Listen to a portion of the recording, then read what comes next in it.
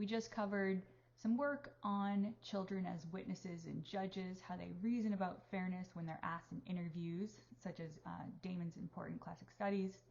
We also looked at even younger children's expectations about how resources are allocated when people either share doing the work or one person does all the work. Next, we're going to look at children as agents of fairness. So what do children themselves do when they're given some resources to allocate? We're going to look at sharing behavior, their aversion to inequity, and their preferences for punishment in some cases. One way that children are agents of fairness is in their sharing behavior. Researchers have studied sharing behavior in children with the dictator game quite a bit. And at this point, you're familiar with the dictator game. There's a dictator here, the green figure, who can decide how to split a resource that they've been given, usually $10. And this is an anonymous game. They don't know each other. It's only one shot. They go one time. And there's no possibility for the receiver to reciprocate or to retaliate. So researchers have been interested in how children would share in the dictator game when they know that on average adults share about 30% of their endowment.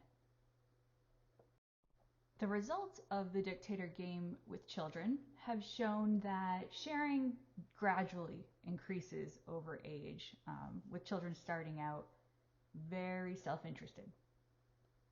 They've also found that children are more generous with low value than high value rewards.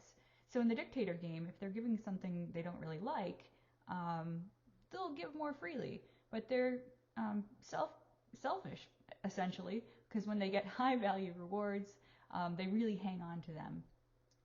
Children eventually develop toward an equal split. 5 for you, 5 for me. This image on the right here is Peter Blake, a child developmental psychologist, and he is with a young child doing the dictator game. And she has an envelope, and there's an imaginary child who has an envelope on the other side of the table, and there are a bunch of stickers in the middle. And like most dictator game examples, the child is selfish at this young age and takes the majority of the stickers for herself when the experimenter turns around, and leaves about 3 for the other child. The research with the dictator game is really interesting, but as far as sharing behavior in real life, when people cooperate and decide how to share resources, it's often not anonymous, and there's sort of a sense that even young children are tracking the contributions of their peers.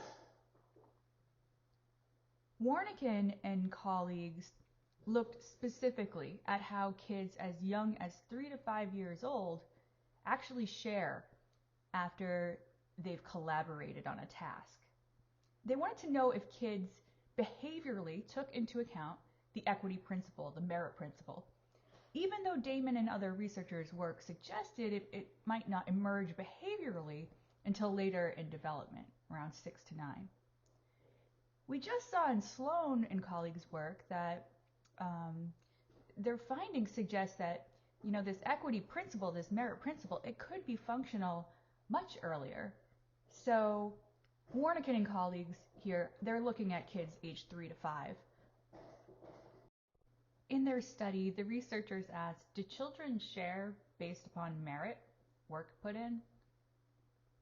To examine this, they had 3 and 5-year-olds put in work on a fishing for coins game, and the children did this alongside a puppet who was doing the same thing, also fishing for coins.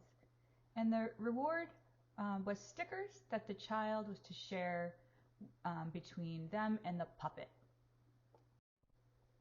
The children played this fishing game with the puppet, who was controlled by an experimenter. And the experimenter would make the puppet work either fast or slow, And this would ensure that the child was in one of two conditions in phase 1.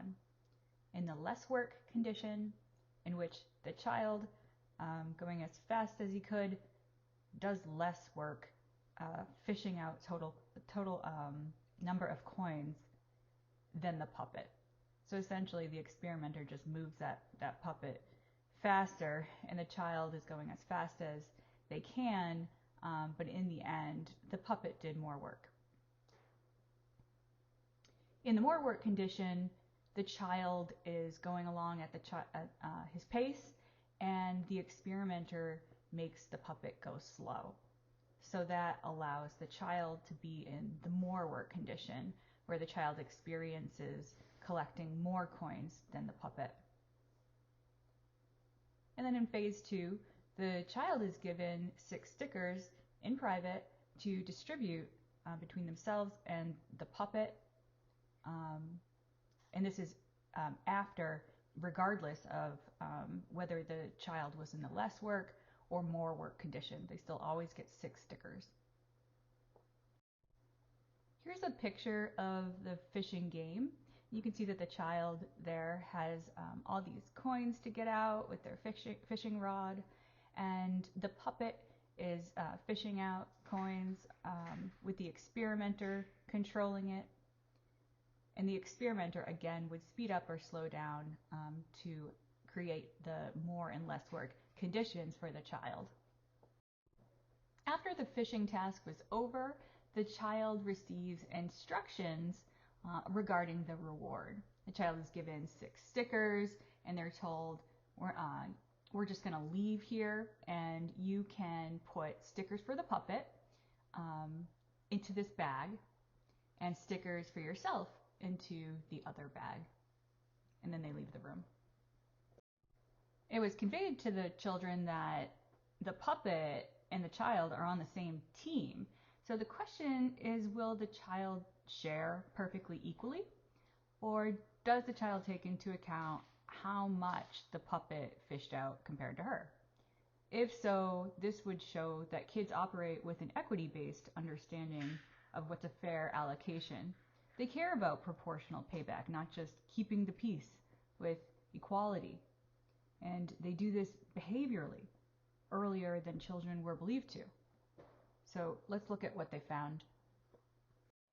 The results indeed indicate that children took work contribution into account when sharing the rewards. In the dark blue bars, this is the condition where children did more work than the puppet. And you can see that they rewarded themselves more stickers than when they did less work than the puppet in the light blue. And the number of stickers is indicated there, up to the 6 stickers that they had. You can see, though, that if you were to average across both conditions, less work and more work, and across both age groups, you'd find that the children show a selfish bias. That is, they keep slightly more than 50% of the stickers. And the researchers let us know that this was a significant difference. This shows how important it is to examine children's sharing behavior outside of dictator game situations where there's no collaboration between the kids. Because if you just look at 3 and 5-year-olds and their average sharing here or distributing here, you would conclude that they have a selfish bias. Those experiments with the dictator game, they are showing us some aspects of children's moral development. They develop from more selfish to more concerned with equality. But only an experiment that incorporates collaborative work on a task with children can tell us about children's interest in proportionality, the merit principle, whether they can be said to care about equity. Again, we can think about this in relation to Damon's classic studies. He found that kids didn't seem to explicitly care about the equity or merit principle until about age 6 to 9. And here we see that although they're still developing the communication skills to explain their behaviors represent some understanding of a equity or merit principle, they're already allocating according to the principle as early as age 3. So next we're going to look at another way that children have been studied as potential agents of fairness, and this is work on children's aversion to inequity.